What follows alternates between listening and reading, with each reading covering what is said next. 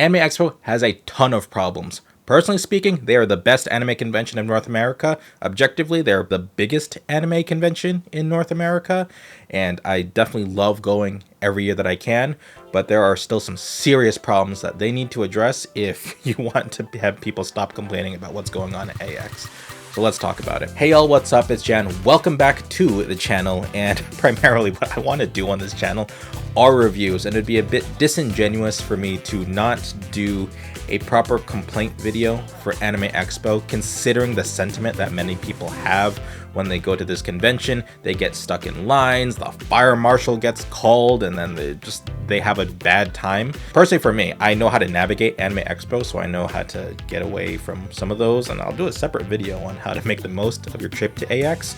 But especially for newcomers or those who really want to focus on going to dealers rooms or the artist alley, yeah, no, there is definitely there are a lot of issues that Anime Expo needs to solve. I've been attending Anime Expo since 2017. 3 of those years I've attended as a Premier Fan pass holder, so I've spent $450+ on a badge that gives me special perks, but they've discontinued that. But every year I've gone to Anime Expo. I'm from the East Coast. I travel to Los Angeles every year that I can, and I've, for the most part, have enjoyed my experiences at Anime Expo every single time, so that should give you some context. As to me, I've gone with a group. This year I've gone with a group. The last couple of years I've gone solo. So basically I know my way around this convention. I've been going for the last 9 years or so. With that being said, I am doing this video sort of out of love for this convention, because I definitely want to see it improve and I want other people to experience this awesome convention. So the first major issue I want to talk about is the major changes to the campus, and we can't talk about like all the major issues of 2026 without first acknowledging they made a lot of changes for 2025 that were very positive, and it feels like we took a couple steps backwards. And that is because of the major elephant in the room, that is the construction of the Los Angeles Convention Center.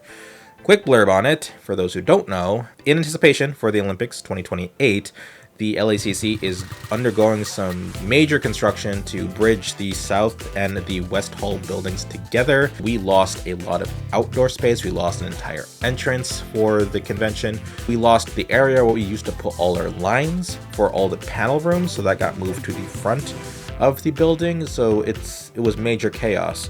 I will say Anime Expo definitely responded and did a lot of things to help mitigate this. First off, last year they gave us a Peacock Theater again, which is great because they didn't have that venue since 2019 was the last time they used it.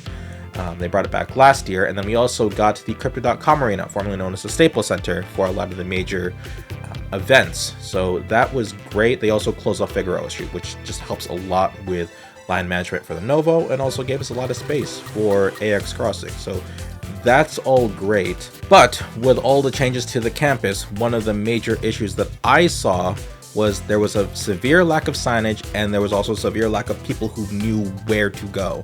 For example, I wanted to go to a panel at the Crypto.com Arena.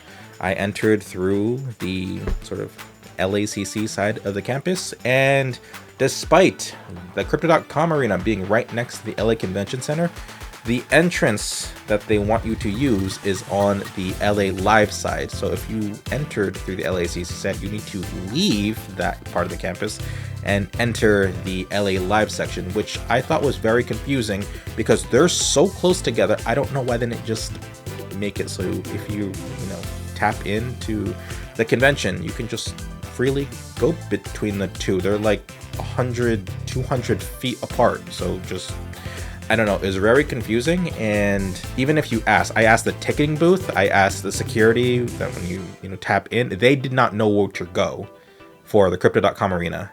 There is a severe lack of communication, and there's a severe lack of signage. If someone pointed the right way, say there was a sign at the entrance that says enter here for the Los Angeles Convention Center and the AX Crossing and for panels and stuff, that would make a lot of sense. And then for the LA Live section, say enter here for Peacock Theater, Beer Garden, Crypto.com. There was no signage for that. If there was, it wasn't obvious to me, and I'm fairly attentive to things like this. I've been going through my footage through my GoPro and also through my meta glasses, and I didn't see any signage about this entrance is for this. There was a huge disconnect for that, and also the security should have been trained to let you know where you're entering. They're just sort of there for security, and we'll talk about that in a whole other section of this video, but I have a lot of gripes with that. The next part is the situation around vendors and exhibit halls. So previously, we used to have, the main exhibit hall, which is in South Hall, and then under that you have Kensha Hall, which mainly contained the artist alley. Then West Hall used to be the entertainment hall. Now that the South and West halls are used for exhibits, a lot of the dealers and vendors got moved into Kensha Hall, which means the artist alley got, squished together. And also, it seems the table count for the artist alley suffered dramatically this year. I believe we went from 900 plus tables to 400-ish tables. So basically they got cut in half. The area for the artist alley got smaller, and it was almost impossible to navigate. I have major concerns about that. I mean, they added carpet to Kensha Hall, that's great for your feet, but squishing everyone like sardines into those little small, alleyways, yeah, no, not great. Honestly, I barely touched the artist alley. It was way too crowded for every time I went there. No, they need to solve this, because I think one of the major points of Anime Expo is how big the artist alley is, and I just really didn't want to touch it. He also added an 18 plus artist alley, but the line was always so long that I don't know why anyone would want to even go there, because it takes like 30 minutes to clear the line, so it doesn't make a lot of sense to me either. They really need to figure out this situation, and I think that cutting a lot of the artist alley was not the move, and I hope they improve it for future events. I'd imagine the main reason they did this was because a lot of their money comes from the major exhibits, and so they're going to prioritize them in the main halls, and then they try to fit all the other dealers and vendors where they can, and the artist alley seriously suffered. So please, I know it probably doesn't make you as much money, but you need to do better, especially for our artists, because they are also a major part of this convention. All right, I alluded to this a little bit, but there was some major issues when it comes to staffing. It seems, I'm going to take every piece of information I gather with a grain of salt, so anything that you see on Discord or Reddit. It seems that there was a lot of cuts made internally to staffing and volunteers, and to me, it felt obvious. It seems they've moved more towards getting third-party security vendors, consultants, contractors, and they cut a lot of the volunteers out. This was obvious when I went to the JW Marriott for a panel, and the line wrapped around the entire block. And in my entire experience in that line for, I would say, 45 plus minutes, I saw one staff member, like one person with an Anime Expo badge that was a staff member in that entire line around the block.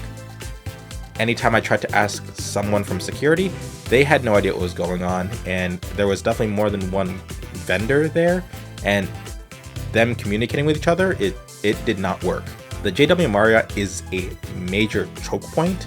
There are 3 main ballrooms in the JW Marriott. The Gold Ballroom, which is primarily used for autographs, so it's an opportunity where people have scheduled autographs. And then you have 2 ballrooms that are used for major panels. I went to the Kadokawa 10-year anime anniversary panel, and we were there like, an hour and a half early, and we had to go through that really long line. There is no easy way to get into there, and if you did not plan your schedule around getting there early, you were going to miss that panel. And also, if you had an autograph you didn't plan early enough, you're going to miss your autograph. It was a mess. They need to solve it. This was an issue last year. It got worse this year. Also, the same thing I mentioned earlier, it seems that the staff that was present also does not know what's going on. So when I tried to ask, where do you enter for the Crypto.com arena, I went to the events and ticketing booth, and they did not know where to go. That is ridiculous that I am trying to go to a major panel or something, and they cannot tell me where the entrance to basically the biggest venue for panels at Anime Expo was. That's unacceptable. Anime Expo, I know that you had volunteers that were very passionate about what they did. I don't know why they're not present, but we need to bring them back, because everyone got confused. Oh yeah, I totally forgot this. I barely saw any information booths. I used to be able to get the 18 plus wristband at any of the information booths. I used to be able to go to the one in the lobby for the West Hall, and they're like, nope, you had to go to 508 to get any wristbands. I'm like, okay. Considering where you need to get a 18 plus or 21 plus wristband to get into the 18 plus sections or get to any 18 plus panels or whatever, yeah, why? There used to be so many information booths in previous years. I do not know why they cut them, and also why they relied, I think they relied a lot more on the digital signage, so like the TVs, to help people get it. No one's watching those, so yeah, no. I don't know why there is such a lack of actual AX staff, but we need more AX staff. It's just not cool that no one knows what's going on, and you can't go to anyone to get help. There's no one there. Also, come to think of it, I used to remember seeing AX staff in front of any of the exhibit halls, so if you had to ask a question about where everything is, they would point you in the right direction. For the most part, I saw mostly the security vendors, and yeah, they don't know what's going on. So they are only doing what they're told, and they know nothing more. So also doesn't help that, in my personal opinion, as someone who works in software engineering and also works very closely with mobile apps, the app isn't very good. There's a lot of features I would have liked to see on the app, especially if you're going to cut, major information avenues and rely on people going to the app. The app should be way better then, but it's not.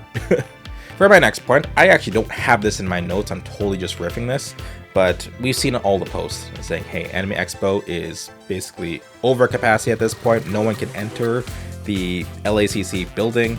The fire marshal was called in, and it's just, there's a whole bottleneck, and there's no one, the lines make no sense, and they added barriers. No, those barriers were there from day one, so I don't know what people are talking about. A lot of misinformation about what's going on inside the LA Convention Center, by the way. But besides that, I don't think we can dispute, everyone knows that, yeah, the fire marshal was definitely called, and they definitely prevented people from entering the building. I think that one of the ways that Anime Expo should be able to solve this is if they helped incentivize people to be at other parts of the convention, so that the LACC itself is not that crowded. But it doesn't help that the JW Marriott has one entrance, and basically no one wants to go there, and people do want to go there. They're there 2, 3, 4 hours early, and they have a very limited schedule for some of the other areas in LA Live. If they can incentivize people moving to those other locations, or move a major feature and make it clear that those are there, like for the entertainment arena, there was like almost no signage to tell you where it is. If you didn't know, you had to go through some sketchy alleyway and then climb up some scaffolding to basically get to the entertainment arena. You probably never went. If they could incentivize people to go to other areas of the AX campus, I think they would definitely alleviate the issues they have with overcrowding in the convention center building itself. This probably should be solved when the convention center is expanded, but yeah, not for this year and next year. Yeah, they gotta solve that now.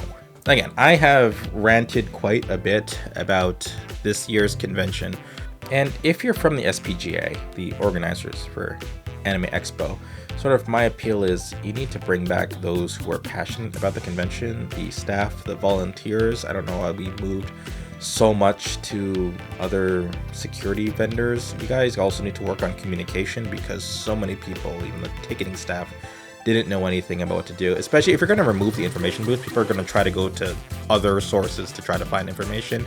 The app's not great. You need real people to lead people in the right direction. We need to bring that back, and especially since the construction's not going to help us for next year. I mean, maybe we'll get some parts of the halls back. Yeah, no, it's going to be a mess again for next year. You guys need to fix this. You need to solve this, and it'll hopefully bring more people to Anime Expo. I know you don't want to cap badges. I think that's the reality of it, and we know we're not going to change venues anytime soon. So there are just some things that I think can be improved. Let's see if they improve it for 2027. Like I mentioned, Anime Expo is one of my favorite conventions that I attend every year. I travel to it, and I mean, I'm going to be attending at least my plan is to attend it for 2027. So let's see what they do.